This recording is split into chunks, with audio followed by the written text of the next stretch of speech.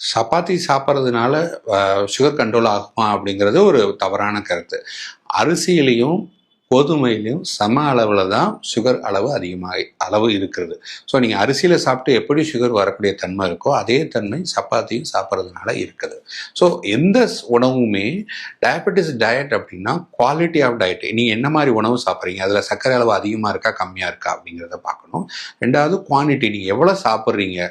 So chapati சாப்பிட்லாம் அப்படின்னா நம்ம ஒரு ஒரு ஒவ்வொருத்தர் உடல் எடையை அவங்களுடைய சர்க்கரை நிலைமை பொறுத்து 2 சப்பாத்தியோ 3 சப்பாத்தியோ சொல்லுவோம். சப்பாத்தி சாப்பிடலானுங்கிறதுக்கு 6 சப்பாத்தி 7 சப்பாத்தி சாப்பிட்டாலும் சுகர் லெவல் கூடும். மூணாவது, எந்த டைமிங் சாப்பிட்றீங்க, அந்த கரெக்டான உணவு டைமில் சாப்பிட்றீங்களா.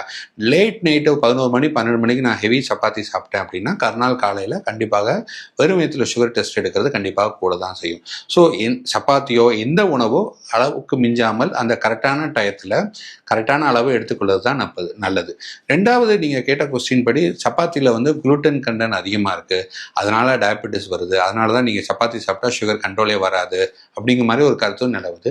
அந்த கருத்து அதில் பாதி உண்மை பாதி போய். அதாவது சப்பாத்தியில் குளுட்டன் இருக்குது, அந்த குளுட்டன் போய் டயபெட்டிஸை உருவாக்குறது கிடையாது. அந்த குளுட்டன் என்ன ப்ராப்ளம் பண்ணால், யாருக்கெல்லாம் சிலவங்களுக்கு குளுட்டன் அலர்ஜியாக இருக்கும், குளுட்டன் அலர்ஜி உள்ளவங்களுக்கு வயிறு ப்ராப்ளம் வரும். முக்கியமாக ஒரு பேதி, வயிறு ஒரு ஃபுல்னஸ், வயிறு ஒரு ஏற்றுக்கிட்ட மாதிரின்னு தமிழில் சொல்லுவாங்க, அந்த மாதிரி வயிறு ஃபுல்னஸ், அந்த மாதிரி எஃபெக்ட்லாம் இருக்கக்கூடியது எஃபெக்ட் இருக்கும் குளுட்டன்னால. ஸோ யாருக்கெல்லாம் குளுட்டன் ஒத்துக்காதோ, குளுட்டன் ஒவ்வாமை உள்ளவங்க சப்பாத்தியை சாப்பிடுவது தவிர்ப்பது நல்லது. பட் சப்பாத்தினால டயபெட்டிஸ் வராது, சப்பாத்தி சாப்பிட்டதுனால மட்டும் டயபெட்டிஸ் கண்ட்ரோலும் வராது.